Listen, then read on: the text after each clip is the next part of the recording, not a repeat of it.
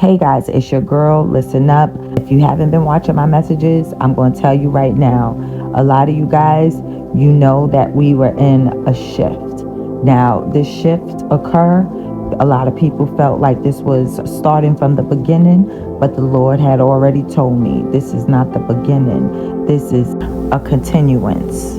In Philippians chapter 1, verse 5, it says, "Being confident of this very thing, that he who has begun a good work in you will complete it until the day of Jesus Christ." With this being said, I'm going to start the message. A little context before I begin. This story is about King David. Now, King David had been through numerous battles with the Philistines, in which the Lord gave them all into his hand. So David wanted to bring the Ark of Covenant into his camp. For those of you who do not know, the Ark of Covenant, it represents the covenant between God and his people. It carried the essence and the presence of the Lord. But David was unsuccessful in doing that. He had angered the Lord when he allowed people to hold the Ark of Covenant that was not chosen to handle that position, in which the Lord killed. So David leaves the Ark of Covenant and focuses on building his family. But as he is building his family, the Philistines hear that David will be king of Israel and goes in search for him. David hears about it, and as he hears about this, Philistines make a raid on the valley of Rephaim. Now, David already fought Philistines before and defeated them, so this was nothing new to him. He knew what to do. He went to the Lord and said, "Shall I go up against the Philistines?" And the Lord told him, "Go against them." There was a victory for David once again. And this is where my message begins. 1 Chronicles chapter 15. David built houses for himself in the city of David, and he prepared a place for the ark of God and pitched a tent for it. Then David said, "No one may carry the ark of covenant of God but the Levites, for the Lord has chosen them to carry the ark of God and to minister before him forever." I would like to say some lessons aren't learned until it happens to you.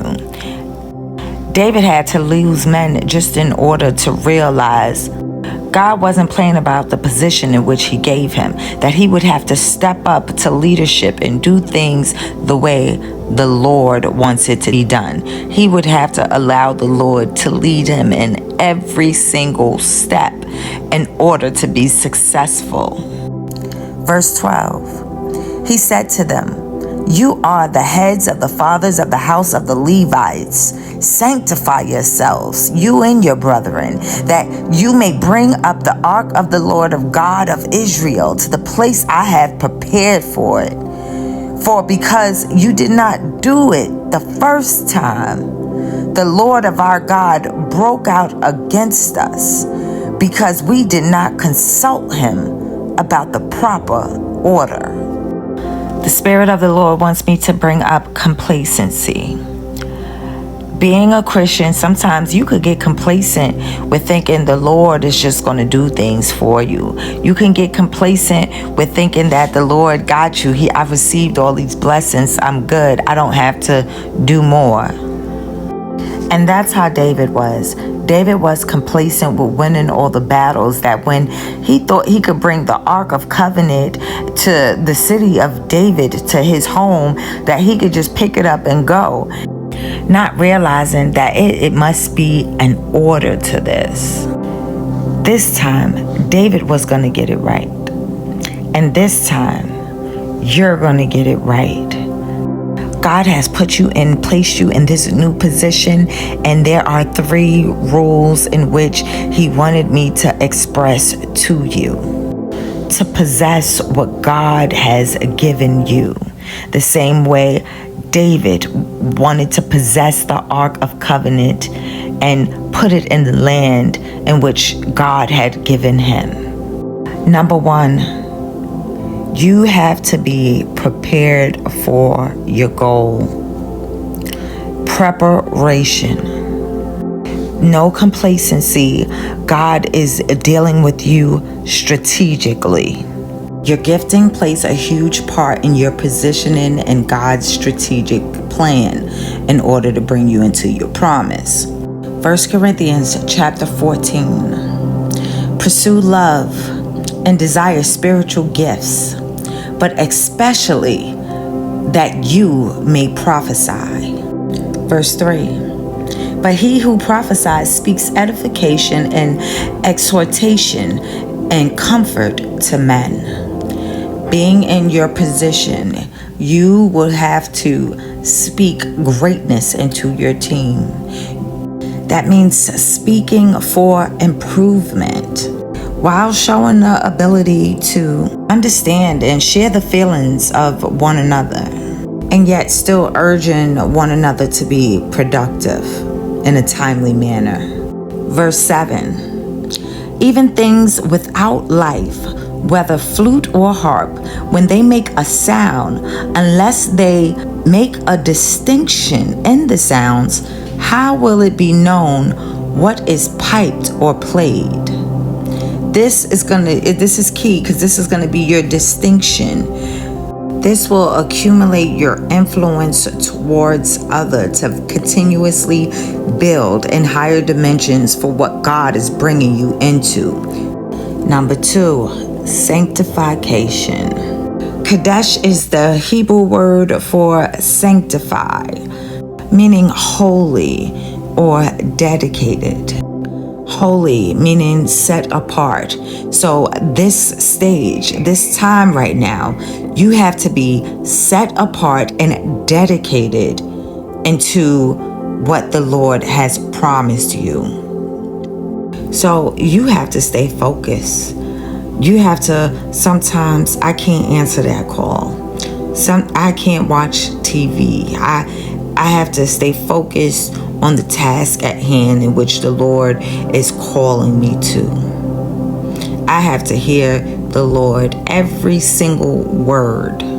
Idolatry is the hugest distraction when it comes to being focused. And understand, idolatry comes through various forms.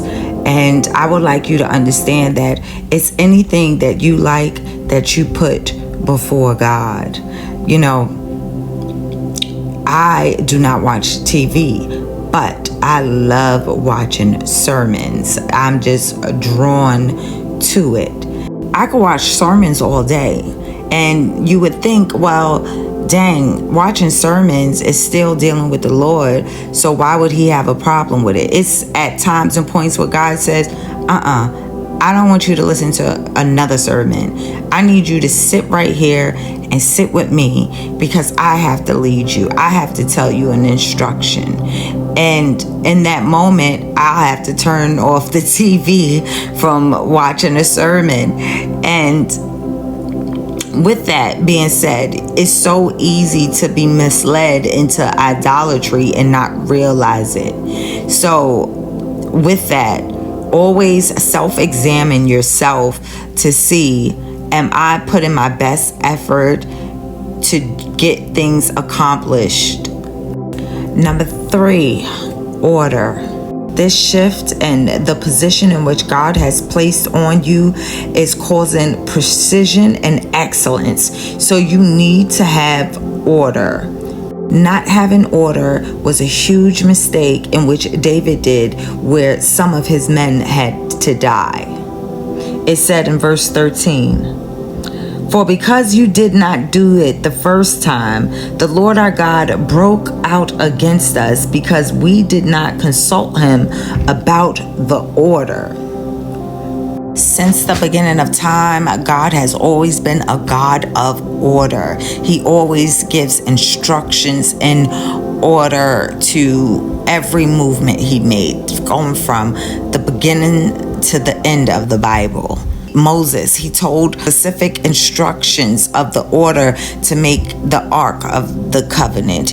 Joshua, specific instructions: march around the wall of Jericho 7 times, and which was the number of completion to break down the wall of Jericho.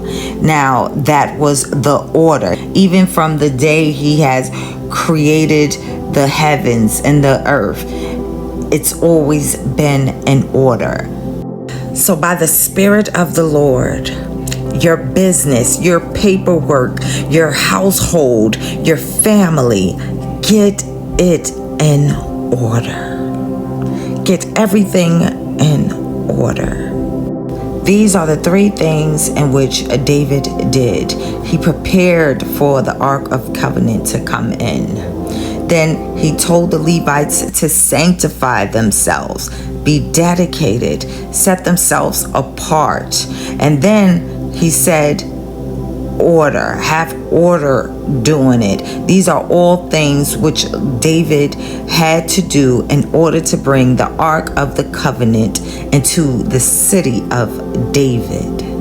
I want to bless the Lord for giving this word and continuously just giving his mercy to transform us into the supernatural beings who he created us to be. So I thank the Lord for this word, and I hope you were blessed by it, because I was blessed by it. You guys have a good one.